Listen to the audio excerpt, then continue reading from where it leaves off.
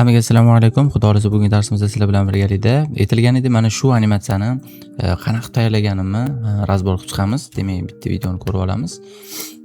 Bu animatsiya asosan boshlang'ich qismida Blenderdan foydalanilgan, keyin esa tekstura qismida AI orqali tayyorlangan. Oxiridagi mana qo'shimcha effektlarda olov yokida qotib yurishi, post restart transitionlarda bizada qo'shimcha anaqa effektlarda After Effects programmasidan foydalanilgan.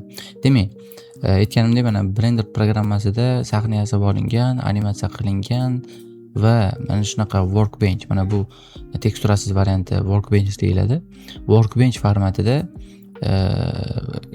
AI orqali tekstura berilgan. Mana xuddi shu qism, desak va bu qismda tekstura berilgan. Birga bir ko'radigan bo'lsak, birga bir faqatgina bunday tekstura bermasdan 2D, ya'ni karton stilda tekstura berilgan AI orqali ChatGPTda rasm yasab olamiz, keyin esa Excel sayti orqali animatsiyani davom ettiramiz. Demak, o'zi boshlang'ich nima qilamiz? Blender programmasiga kiramiz, endi idea qilamiz. Masalan, idea nima bo'lgan? Kamera yurib, mana bu yerda yamalli belidan o'tib ichiga kirib ketish kerak bo'lgan va kirib ketib ikkinchi kadrga o'tib ketish kerak bo'lgan va mana hozir ko'rsataman. Xo'sh, workbench formati bu. Agar buni cyclesga o'tkazadigan bo'lsak, hozir ko'rinadi.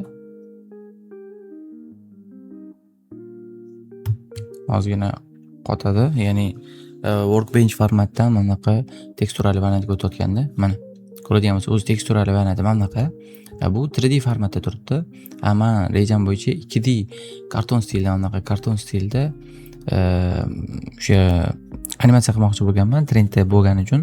Shuning uchun teksturani AI orqali qilishga harakat qilganman.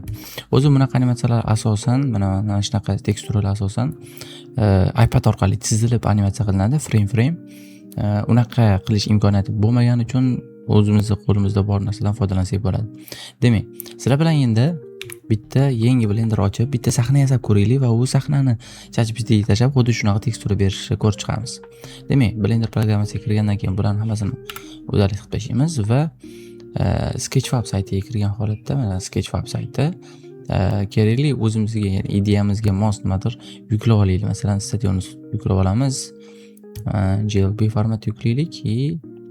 Mana bu vartani ham, vart shart emas. Yo'q, shart emas. Bittani o'zi yetadi. Demak, Blender programmasiga kiramiz va mana buni tashlab olamiz.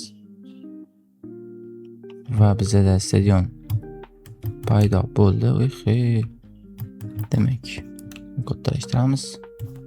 Yana kattalashtirib olamiz. Bo'ldi. Demak, endi stadion bor. Endi bizga bitta workbench formatiga o'tib olishimiz kerak. Yo'q, workbench emas, prosta teksturalarni ko'rib aniq qilish uchun shu yoqqa o'tib olsak, menimcha maqsadga muvofiq bo'ladi. Endi bizda kamera yo'q, mana ko'radigan bo'lsak, kamera sazatib olamiz. Shift A ni bosgan holatda mana bu yerdan kamera sazat qilamiz, kamera ochiladi. Sal kattalashtiraylik buni. Sal kattalashtirib qilamiz va to'g'rilab olamiz. Ya'ni ideyamizga bog'liq bu ham. Kameraga o'tamiz. Loq qilamiz. Xo'sh. Loq qilamiz. Va bu sal tepaga qarab turgan bo'ladi.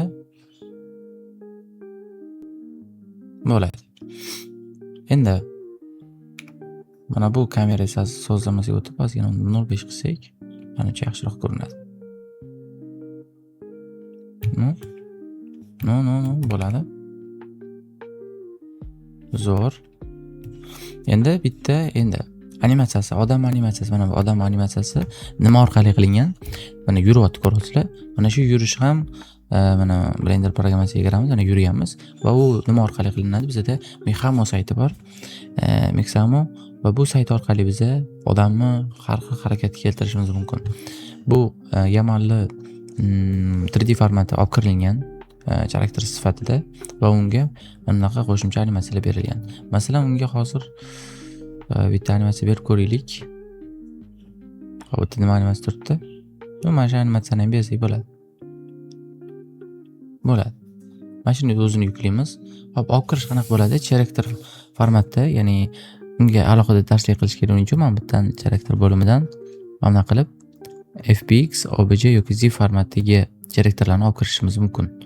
Hop, menda tayyor bor, shuning uchun yuklab olamiz. Demak, sizlar Mehamo saytini ham mukammal o'rganib chiqishingiz mumkin. Juda ham darsliklar ko'p bu bo'yicha. Hop, yuklab olamiz. Keyin bo'ladi, bitta workbench formatni ham tayyorlab turamiz. Workbench formatda sal ko'rinishi qiyin bo'lyapti. Shuning uchun takoy teksturali formatda qilsak. Teksturali formatda qilsak, menimcha yaxshi. Zo'r, faqat mana bu endi nastroykalar bor, hozir shular bilan o'ynashimiz kerak. Bo'lmasa ko'rinmaydi. Hop. Bo'ladi. Okay. Orqa fon, nima turursin orqa fon? Bo'ladi. Mana shu holatda turursin hozircha. Endi Mehamo saytida juda ham sekin kiradi, sekin narsalar yuklanadi. Shuni ham inobatga olish kerak. Yaxshilamaydi bu sayt, lekin kirib olgandan keyin, masalan, tanlashingizda, qidirishingizda yaxshilash mumkin. Yuklash jarayonida va kirish jarayonida ozgina mana shunaqa sekin bo'ladi. Hop, ChatGPTga kiramiz. Ya'ni ChatGPT orqali men rasmlarimizni tayyorlaganman.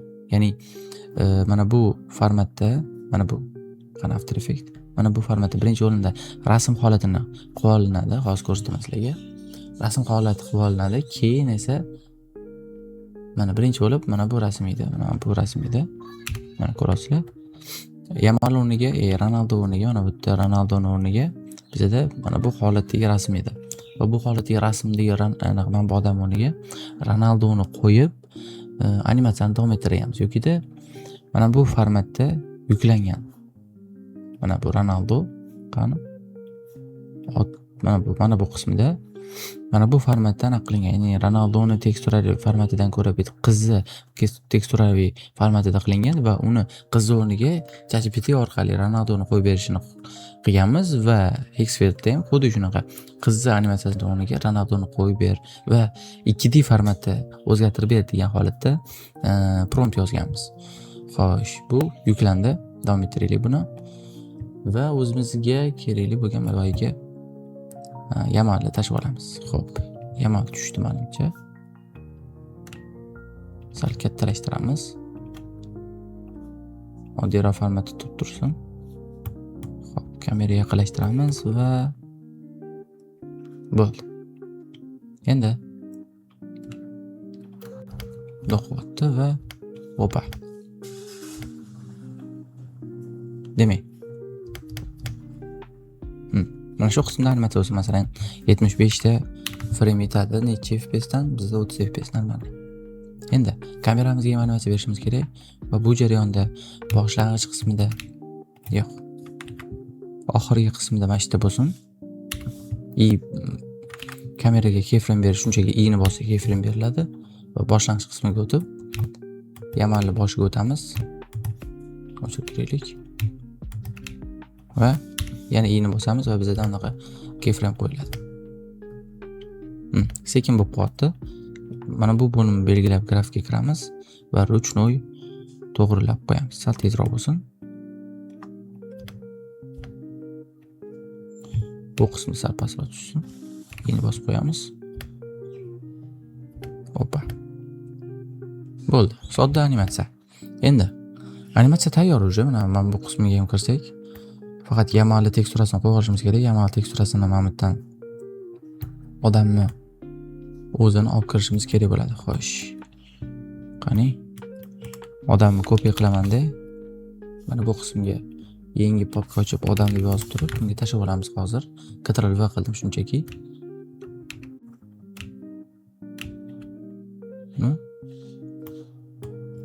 Bo'ldi. Teksturalarini copy paste qilamiz. Ya'ni masalan formasini teksturasi arimasa ekan, mana shuni Ctrl-S qilib, buni formasini belgilab turgan holatda tashlaymiz. Va mana tushadi. Sochi olamiz, tashlaymiz. Yuzlarni ham xuddi shunaqa formatda copy paste qilib chiqishimiz kerak bo'ladi. Agarda mana shunaqa tekstura formati yo'q bo'lib qolgan bo'lsa. Hop, copy, bu yoqqa ham paste. Hop, odam oyog'i paste va bootsiz.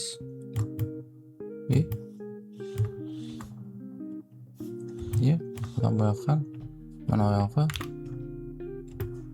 zo'r va bo'ldi. Va ko'z qismi ham bor ekan-ku bu yerda. Demak, ko'zini ham olib turaylik. Demak.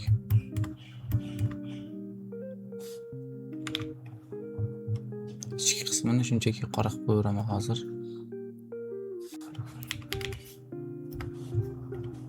Bo'ladi. Buni endi kerak emas, uddalab qo'yamiz.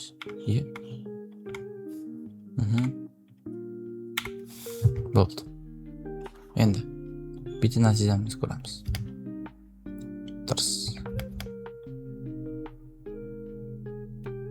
Demak, xuddi shu holatda endi render, ya'ni rasm holatini tayyorlay olamiz, keyin esa video holatini tayyorlaymiz. Demak, rasm holatini tayyorlash uchun mana shu qismini o'zini render qilib olamiz. Ctrl+S qilib oldim. Proyektni saqlanib qilib olaylik.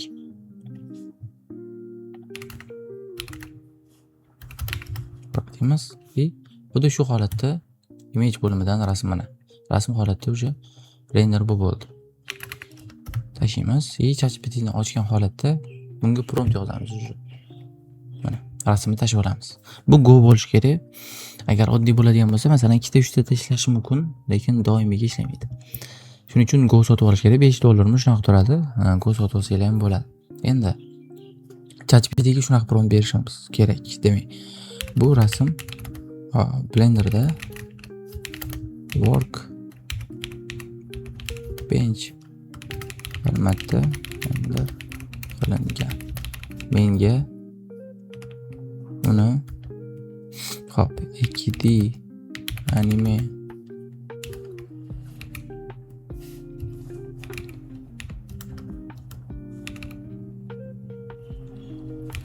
da textura berishing kerak. Короче, hop, birinchi mana shunaqa tekstura prompt yozamiz va bu promptda qanaqa natija chiqarishiga qarab turib, yana bu joyini o'zgartir, yo bu joyini o'zgartir deb ozgina yana boyitib boramiz va boyitib borganimizdan keyin o'zimizga bitta ma'qul kelgan versiyasi chiqadi va xuddi shu versiyani keyin masalan xuddi shu versiyada masalan bu qismda boshini mana shu qismini tekstura qilib olamiz va bitta o'rtasini ham xuddi shunaqa tekstura formatda qilamiz. Keyin 3 ta rasmni birlashtirgan holatda nima qilamiz? Xfield saytiga tashlaymiz. Xo'p, bizda mana bunaqa formatda qilib berdi. Yaxshi. Mana. Xo'sh, nima qo'ysak bo'ladi? Bu formatda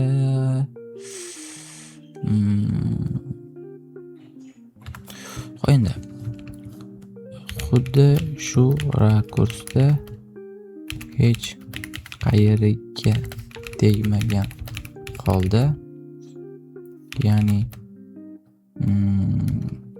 kamera rakursi obyektni holda faqat xo'sh stadion foniga ber deylikchi, ya'ni bu binolarning orqasidagi, ya'ni bino mana shu stadionning orqasida binolar tursin. Xuddiki cityda o'rtasida stadionda turgandek bo'lsa, menimcha yaxshiroq chiqadi. Bu mana bizda tayyor rasm qilib berdi, u zo'r, ancha yaxshi. Endi xuddi shunaqa tekstura formatda aytganimdek, masalan mana bu non-each frame, mana birinchi frame deylik. Mana shu holatdagi qismiga ham xuddi shunaqa tekstura bera olishimiz kerak bo'ladi. Masalan, tashladik. Endi zo'r. Tashimiz. Xuddi ham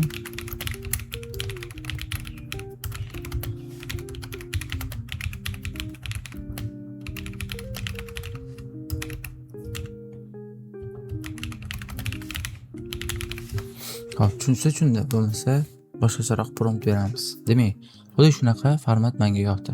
Xuddi shu formatda endi boshini, o'rtasini, bu endi oxirgi qismi edi. Tashib olamiz. Keyin oxirida Xfile saytiga biz animatsiya uchun prompt yozamiz. Demak, bizda orqa fonga mana bunaqa binolar qo'yib berdi. Endi xuddi shunaqa oxirgi mana bu qismga ham xuddi shunaqa qo'yib berishi kerak bo'ladi.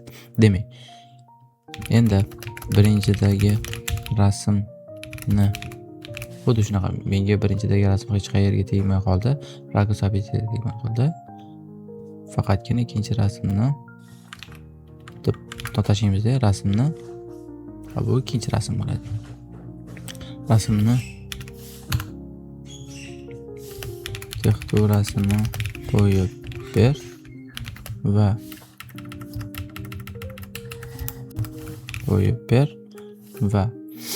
hop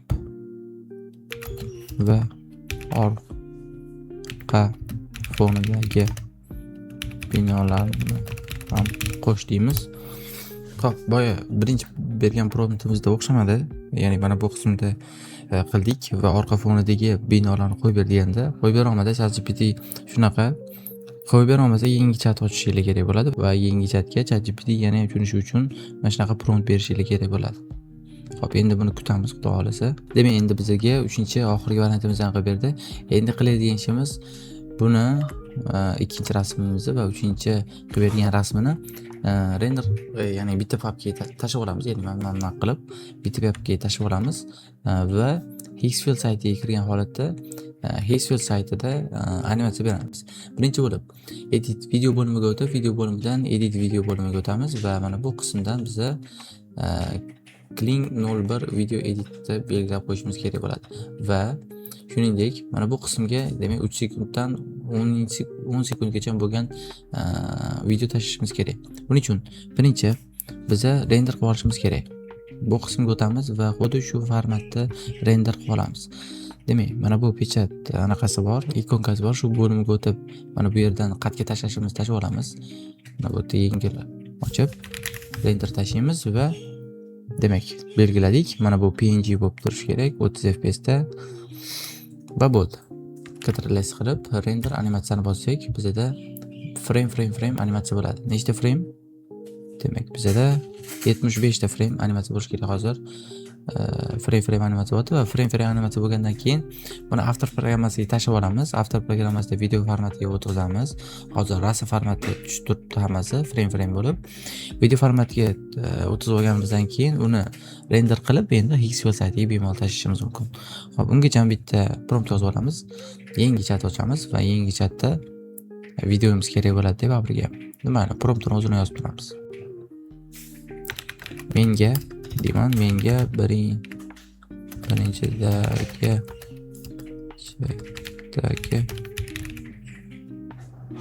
videoga hop videoni hech qayerini kamera harakatlari rakurs cheklar turishiga umuman tegmagan holda faqat hop 2, 3, 4 rasmlardagidek textura qo'yib beradigan prompt yozib ber deymiz. Demak, bu yerda renderimiz ham bo'ldi. Endi After programmasiga kiramiz. Demak, render qilganimizda bunaqa bizda frame bo'lib render bo'ladi va uni Afterga kirish uchun bu qismni 2 marta bossak va 2 marta bosganimizdan keyin render qilgan papkamizni kirib mana shu yerdan mana bu PNG sekvens bosib qo'yamiz va любойni bitta 2 marta bossak mana bunaqa formatda olib kirib beradi. Va olib kompozitsiyaga olib tushamiz va qanaqa formatda bo'lsa, xuddi shu formatda olib tushib beradi. Mana videomiz demak mana shunaqa formatda turibdi. Endi biz buni render qilib olishimiz kerak. Hop. Masalan, buni qanday katta bo'lib ketdi bu.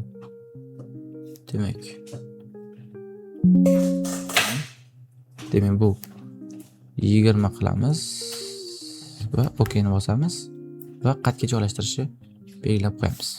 Render test deymiz. Bo'ldi. Demak, render bo'ldi. Endi ChatGPTga o'sha rasmimizni, videolarimizni tashlaymiz. Birinchi rasm, video tashlaymiz va asta 1 2 3 mana shu ikkitasini, uchtasini tashlaymiz, qolgan rasmlar. Xo'p, demak, birinchi rasm. Xo'p, bizda ikkinchi rasm. Ketma-ketlik tashlaylik, to'xtanglar. Demak, birinchi bu, keyin esa bu, oxirida bu.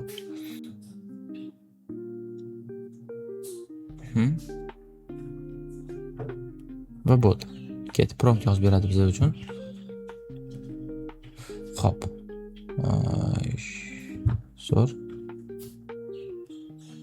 Xo'p. Tushundingmi? deymiz. Menga tushuntir. Ya'ni ishonch hosil qilishimiz kerak bo'ladi. Xo'p, birinchi videodagi asosiy video bo'lib qoladi. Undagi kamera harakati o'zgarmaydi, kamera harakati o'zgarmaydi, zoom o'zgarmaydi, odam qayerda turgan o'zgarmaydi. Ya'ni umumiy obyektlar katta kichkina o'zgarmaydi deyapti. Faqat ustiga vizual ko'rinish beriladi. Oddiy Blender render 2D anime shading style, chetlariga qora chiziqlar, rasmga o'xshash chizilgan tekstura, anime soyalar, kuchliroq ranglar, bino. Bu mana bino kerak. Ya'ni bu video remake emas, balki style transfer bo'lishi kerak. Xuddi Blenderda kamera lock. Hop, endi mana shu videomizni tashlab olamiz va hop, 3 sekund degan ekan, bizda necha sekund bo'lib qoldi? Bizda 2:15 sekund bo'lib qolibdi. 3 qilib qo'yamizda. Oxirgi frame-ni o'zini freeze qilib qo'yamiz. Layer time freeze qilib qo'ysak, to'g'ri yozib qo'yamiz. Qochayib turaveradi. Mana endi xuddi shu qismni mayli render qilib qo'yaveramiz. Render text deymiz. Demak, bizda render bo'ladi. Endi xuddi shu render ikkimiz tashlasak. Sorry. Xo'p. Bu emas, mana bu yerda edik. Tashlaymiz va bu qismdan boyiga 4 tagacha ruxsat bergan ketma-ketlikda tashlaymiz. Demak, birinchisi mana bu qism edi. Keyingi tashlaydigan rasmimiz mana bu va so'nggisi mana bu. Qo'ydi. Va bo'ldi. Demak, boyiga promptimizni tashlaymiz keyin. Buni olib tashlaymiz. Ko'radigan bo'lsak, bizda 12 ta kredit so'rayapti. Xo'p, bu yerdan sozlaydigan narsalarimiz farqi yo'q. 720 turgan bo'ladi sizlarda. Mana 18 so'mga 30 qo'yamiz. Hech qanaqa kredit o'zgarmaydi va generate bosadigan bo'lsak, bizga video formati o'sha qilib beradi. Demak, bizda videomiz tayyor. Xo'p, endi faqatgina bitta muammo bor. Ozgina mana bu joylarda endi animatsiya tez bo'lgani uchun ChatGPT Hexel sayti yuboryapti. Uni to'g'rilash imkoni bor, lekin prompt masalasi, ya'ni kredit masalasi bor. Bu kredit masalasi menda ozgina tugab qolibdi, lekin qilinish stili xuddi shunaqa bo'ladi. Endi buni ham hozir to'g'rilab olishimiz mumkin. Qo'shimcha effektlar bilan, masalan, adjust layer ochib, oldin ozgina bo'yab olaylik buni o'zimizga moslab. Adjustga bera qolaylik. Xo'p, adjust layer ochib, biz bu yerdan geometry color beramiz. Demak, geometry colorda o'zimizga mos bo'lgan ranglarni berishimiz mumkin. Sal ko'paytiramiz, buni esa to'roq qilamiz. Demak, yana bitta adjust layer ochamiz va bunga glow effektini beramiz. Xo'p. Hop. Sal ko'payib ketgan bitta. Opa. Mana endi yana bitta adjust layer ochib, bunga noise beraylik. Ozgina noise beramiz. Buni o'chirib qo'ysak.